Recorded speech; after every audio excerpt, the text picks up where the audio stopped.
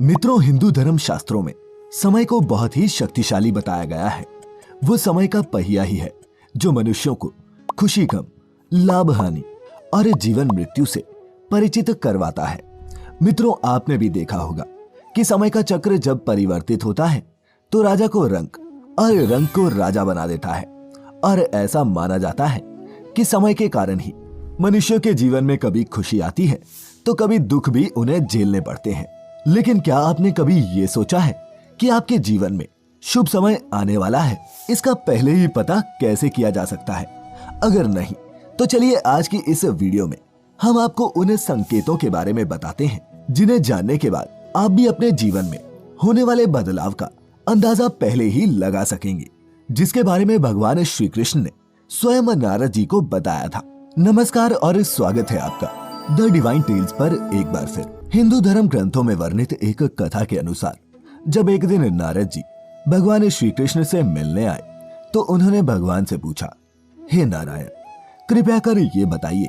कि कोई भी मनुष्य अपने जीवन में आने वाले शुभ समय के बारे में पहले से ही कैसे जान सकता है? तब भगवान कृष्ण ने उत्तर दिया, हे देवर्षि, मैं स्वयं मनुष्यों को समय परिवर्तित होने से पहले ही कुछ संकेत पशु पक्षियों, छोटे बच्चों और अपने भक्तों द्वारा पहुंचाता हूं, जिन्हें ज्ञानी मनुष्य तो समझ लेते हैं लेकिन अज्ञानी मनुष्य उन्हें भांप नहीं पाते। हे देवर्षि, इन संकेतों में से सबसे पहला संकेत ये है कि जब किसी मनुष्य की आंखें ब्रह्म मुहूर्त में अक्सर खुलने लगती हैं और उसे ईश्वर का स्मरण स्वतः ही होने लगता है,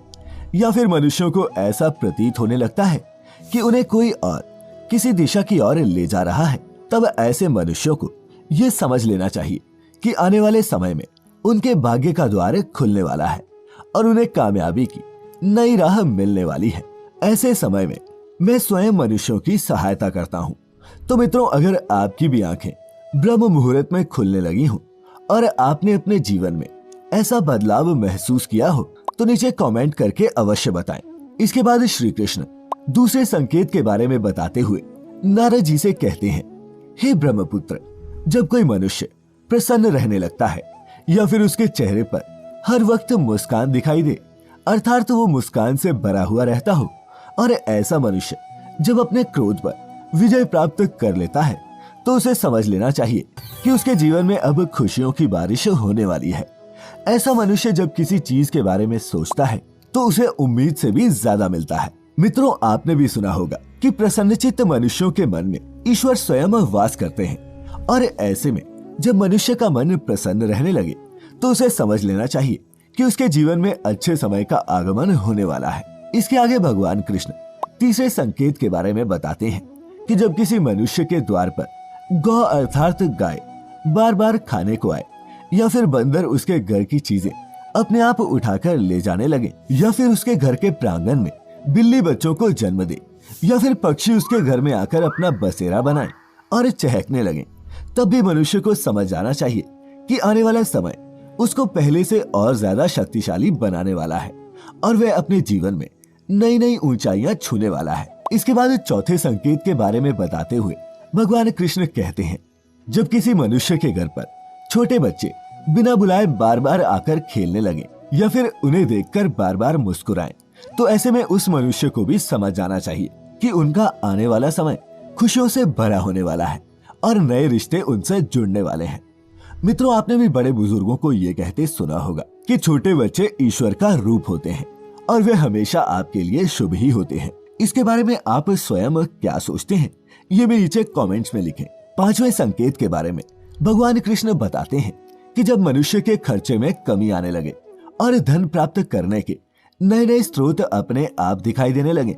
ऐसे में उस मनुष्य को यह जान लेना चाहिए कि अब उसका बुरा वक्त जाने वाला है और उसके बाद से उसके घर में स्वयं लक्ष्मी वास करने वाली है। ऐसे में उस मनुष्य को सारी परेशानियों से छुटकारा मिलने वाला है और धन भी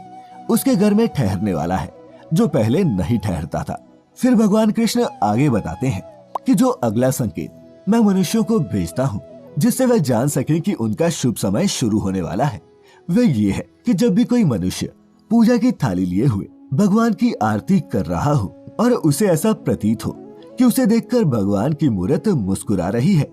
या फिर बड़े दिनों के बाद उसके घर में अतिथियों का आगमन हुआ हो तो उसे भी समझ जाना चाहिए कि उसका अच्छा समय शुरू होने वाला है।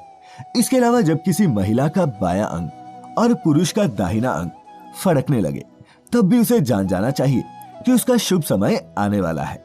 इसके बाद इस 7वें संकेत के बारे में भगवान कृष्ण बताते हैं कि जब कोई मनुष्य सुबह सुबह किसी शुभ कार्य को करने के लिए घर से निकलता है और रास्ते में उसे गौ अर्थात गाय माता के दर्शन हो जाए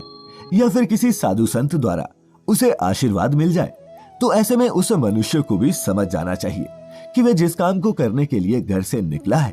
उसका वह काम अवश्य ही पूरा होगा और उस काम को सफल होने से कोई भी नहीं रोक सकता। अंत में भगवान कृष्ण बताते हैं, हे नारद, इन सब के अलावा जब किसी मनुष्य को संध्या के समय जल से भरा पात्र या फिर दूध से भरा पात्र किसी के द्वारा उसे प्राप्त हो या फिर कोई उसे मिठाई दे तब भी उसे समझ जाना चाहिए कि अब उसके भाग्य खुलने वाले हैं। तो मित्रों, ये थे वो 7 संकेत जिन्हें जानकर या फिर महसूस करके आप अपने आने वाले शुभ समय को भली भांति पहचान सकते हैं। लेकिन भगवान कृष्ण ने ऐसे ही कुछ संकेत और भी बताए हैं जो मनुष्यों के जीवन में आने वाले अशुभ समय के बारे में बताते हैं। यदि आप भगवान कृष्ण द्वारा कहे गए उन अशुभ संकेतों के बारे में भी जानना चाहते हैं तो हमें नीचे कमेंट